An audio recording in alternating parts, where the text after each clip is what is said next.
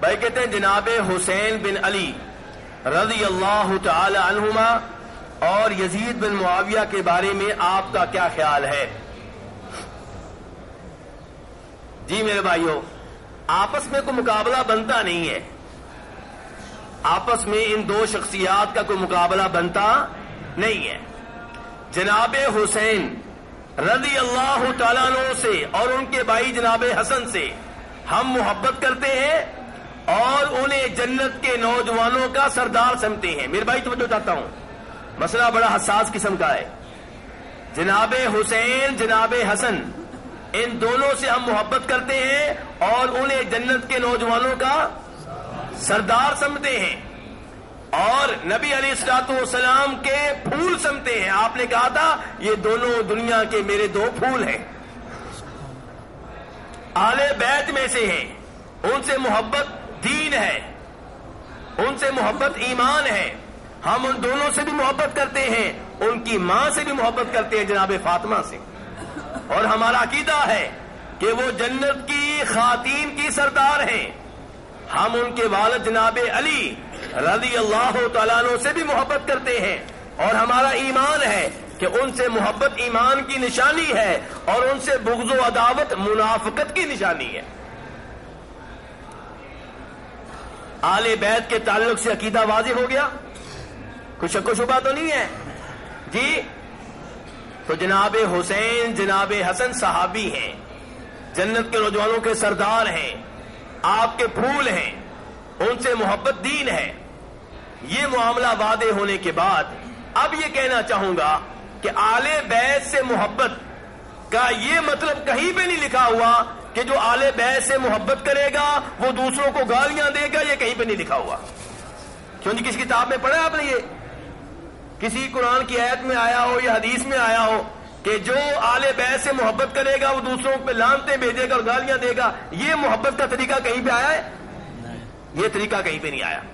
نبی علیہ الصلوۃ والسلام آپ عمدہ اخلاق کے مالک تھے، آپ نے اپنے دشمنوں کو گالیاں نہیں دی، ان پہ لعنتیں نہیں کی۔ تو اس لیے میرے بھائیوں، یزید بن معاویہ یہ صحابی نہیں ہے، جناب حسین کے مقابلے میں کچھ بھی نہیں ہے، جناب حسین کے پاؤں کی خاک بھی نہیں ہے، لیکن اس کا مطلب یہ بھی نہیں ہے کہ اسے جہنمی کہا جائے، اسے کافر کہا جائے، صبح و شام لعنتیں بھیجی جائے، یہ اس کا مطلب یہ بھی نہیں ہے۔ وہ مسلمان بادشاہوں میں سے ایک مسلمان بادشاہ ہے، جیسے باقی بادشاہوں سے غلطیاں ہوتی ہیں اس سے بھی کئی غلطیاں ہوئی ہوں گی۔ وہ جناب حسین کے زمانے میں موجود تھا۔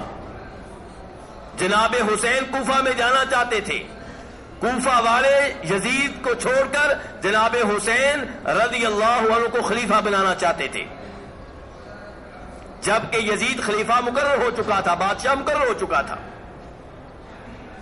جب ایک بادشاہ مقرر ہو جائے، پھر کسی شہر کے لوگ یہ چاہیں کہ ہم جناب حسین کو خلیفہ بنانا چاہتے ہیں، تو پھر خلیفہ بنانے کے لیے خون دینا پڑے گا، محنت کرنا پڑے گی۔ جناب حسین کو لیٹر کے اوپر لیٹر مل رہے ہیں کوفہ والوں کے کہ آپ کوفہ آئیں، ہم آپ کو خلیفہ بنانا چاہتے ہیں۔ جناب حسین مکہ میں موجود ہیں۔ جناب حسین نے معاملے کی حقیقت جاننے کے لیے پہلے اپنے رشتہ دار مسلم بن عقیل کو بھیجا کہ آپ کوفہ جائیں اور دیکھیں کوفہ کے کیا حالات ہیں۔ کس کو بھیجا جی صاحب؟ لگتا ہے میں اکیلا ہی لگا ہوا ہوں، کیوں حاجی صاحب؟ مسلم بن عقیل کو بھیجا ہے۔ مسلم بن عقیل وہاں پہ گیا تو کوفہ والے بڑے خوش ہوئے کہ جناب حسین کا نمائندہ آ گیا۔ مسلم بن عقیل کے ہاتھ پہ جناب حسین کے نام پہ بیعت ہو گئی کہ ہم مسلم بن عقیل کے ہاتھ پہ ہاتھ رکھ کر وعدہ کرتے ہیں کہ ہم جناب حسین کو خلیفہ مانتے ہیں۔ یزید خلیفہ مقرر ہو چکا ہے، کوفہ والے جناب حسین کو خلیفہ بنانا چاہتے ہیں، اب مقابلہ تو ہوگا، اس میں کوئی شک و شبہ نہیں ہے کہ جناب حسین افضل، یزید کا کوئی مقابلہ نہیں ہے۔ لیکن بہرحال یزید خلیفہ بن چکا ہے. اب اگر جناب حسین کو بنانا ہے تو تلواریں چلیں گی, خون دینا پڑے گا, قربانیاں دینا پڑیں گی. یزید کو جب یہ رپورٹ ملی کہ کوفہ والے یہ کچھ کر رہے ہیں, اس نے کوفہ پہ ایک سخت گیر آدمی کو گورنر بنا دیا, اور ڈیوٹی یہ لگی کہ کوفہ میں جناب حسین کو داخل نہیں ہونے دینا. جناب حسین کو مسلم بن عقیل کا لیٹر مل چکا ہے کہ کوفہ والے دل و جان سے آپ کے ساتھ ہیں, آپ کو خلیفہ دیکھنا چاہتے ہیں. جناب حسین مکہ سے نکل چکے ہیں. کہاں سے, کدھر جا رہے ہیں؟ کوفہ. صحابہ کرام جو چند ایک موجود تھے مکہ میں, انہوں نے جناب حسین کو کوفہ سے روکنے کی کوشش کی. کوفہ والوں پہ اعتبار نہ کریں. صحابہ کرام نے روکا, عبداللہ ابن عباس نے روکا, عبداللہ بن عمر نے روکا, ابو سعید خدری وغیرہ نے روکا. لیکن جناب حسین کا یہ فیصلہ تھا کہ اب میں جاؤں گا. مسلم بن عقیل نے یہ مطالبہ کر دیا ہے کہ آپ آئیں, اور حالات بہت اچھے ہیں. ادھر جب کوفہ میں گورنر پہنچا, کس کا, میرے ساتھ ہیں کہ نہیں صاحب, یزید کا, ابن زیاد, وہ جب کوفہ میں داخل ہوا اپنا چہرہ چھپایا ہوا ہے. لوگ جگہ بہ جگہ بیٹھے ہوئے ہیں, باتیں ہو رہی ہیں. ابن زیاد پاس سے گزرتا ہے, السلام علیکم کہتا ہے. لوگ سمجھتے ہیں کہ شاید جناب حسین آ چکے ہیں.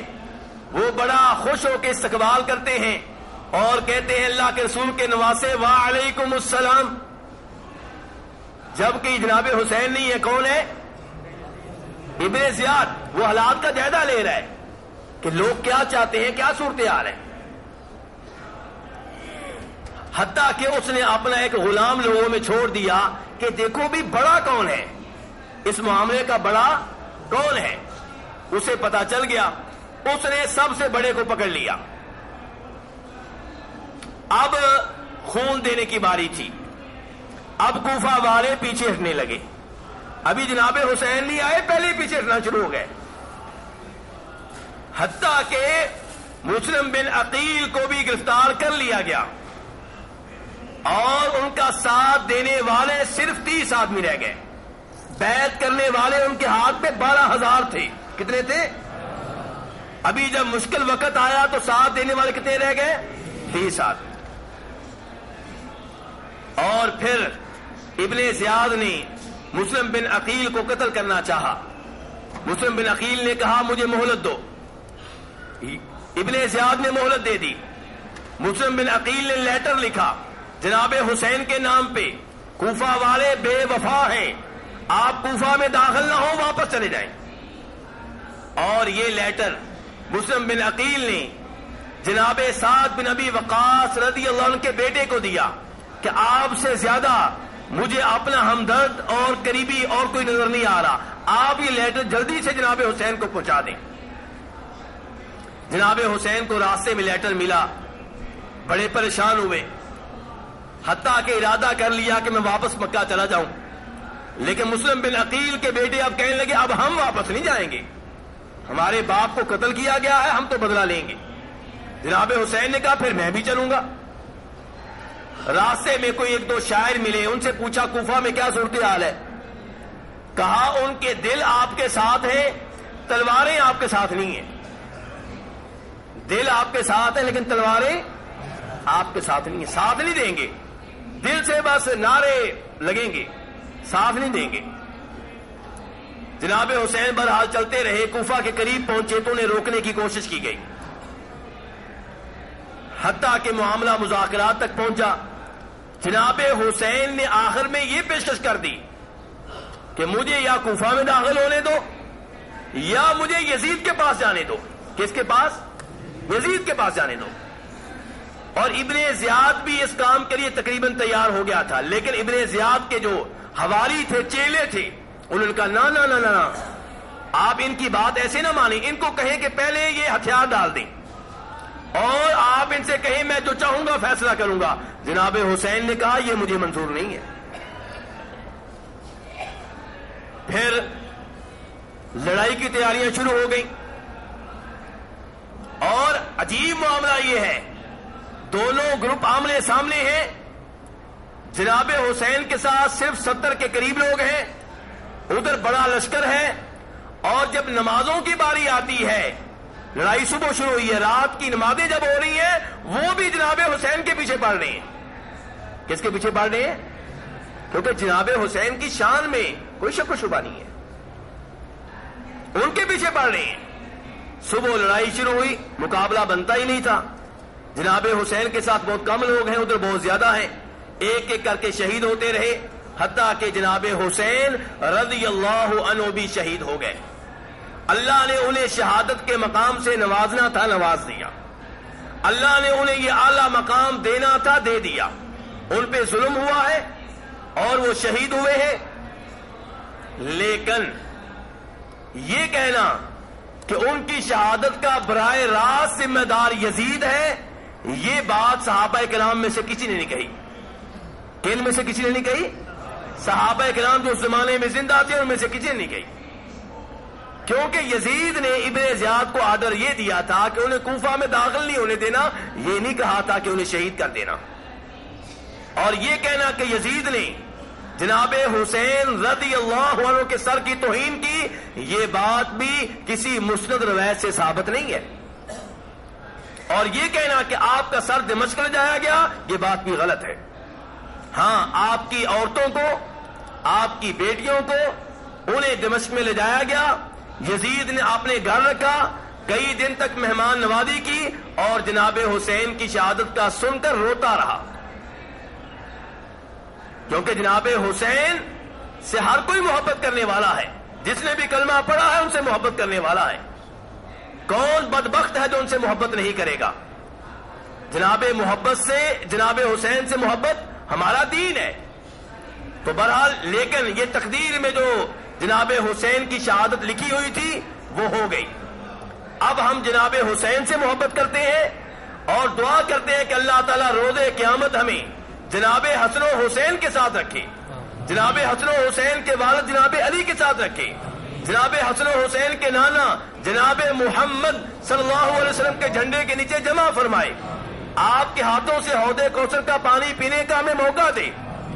لیکن اس کا مطلب یہ بالکل نہیں ہے کہ یزید کو گالیاں دی جائیں، اس پہ لعنتیں بھیجی جائیں. وہ ایک بادشاہ تھا، اس سے کئی غلطیاں ہوئی ہوں گی اور اس کا معاملہ کس کے سپرد کر دیں؟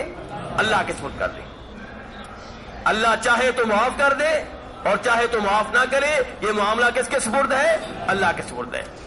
اللہ تعالیٰ معاف کرنے پہ آئے تو اسے بھی معاف کر دے جس نے 100 قتل کیے تھے. کتنے کیے تھے؟ کتنے قتل کیے تھے؟ نبی علیہ السلام کی حدیث ہے کہ اللہ نے اسے بھی معاف کر دیا تھا، اور خود نبی علیہ السلام نے اسے بھی معاف کر دیا تھا جس نے آپ کے پیارے چچا جناب امیر حمزہ کو شہید کیا تھا. وحشی کلمہ پڑھنے کے لیے آیا، آپ نے اس کا اسلام قبول کیا. آپ نے یہ نہیں کہا تو نے میرے چچا کو قتل کیا، تیرا کلمہ قبول نہیں ہے. آپ نے کلمہ قبول کیا، اس کا اسلام قبول کیا، اس سے بیعت لی. بس اتنا کہا کہ وحشی اگر ہو سکے تو میرے سامنے نہ آیا کرو. تو میرے بھائیوں کہنے کا مطلب یہ ہے کہ اللہ تعالیٰ کے اختیارات کو اپنے ہاتھ میں نہ لیں. یہ نہ کہیں کہ اللہ تعالیٰ یزید کو معاف نہیں کر سکتا. جب یہ بات آپ کہیں گے تو اللہ کا اختیار آپ اپنے ہاتھ میں لے رہے ہیں، اور یہ خطرناک جملہ ہے. شرک کے علاوہ ہر گناہ اللہ چاہے تو معاف کر دیں، چاہے تو عذاب دیں. لیکن اگر کوئی شرک پہ فوت ہوا ہے تو یہ ناقابل معافی جرم ہے. آج ہماری ہمدردیاں مشرکین کے ساتھ ہیں، ان کو تو ہم معاف کرنے کے لیے تیار ہیں، اور جو دیگر گناہ کرنے والے ہیں ان کو بڑا مجرم سمجھتے ہیں. اللہ تعالیٰ سے دعا ہے اللہ تعالیٰ ہمیں آل بیت سے، تمام صحابہ کرام سے، جناب حسن و حسین سے، جناب علی سے، جناب فاطمہ سے، جناب صدیق سے، جناب فاروق سے، جناب عثمان سے صحیح معنوں میں محبت کرنے کی توفیق عنایت فرمائے.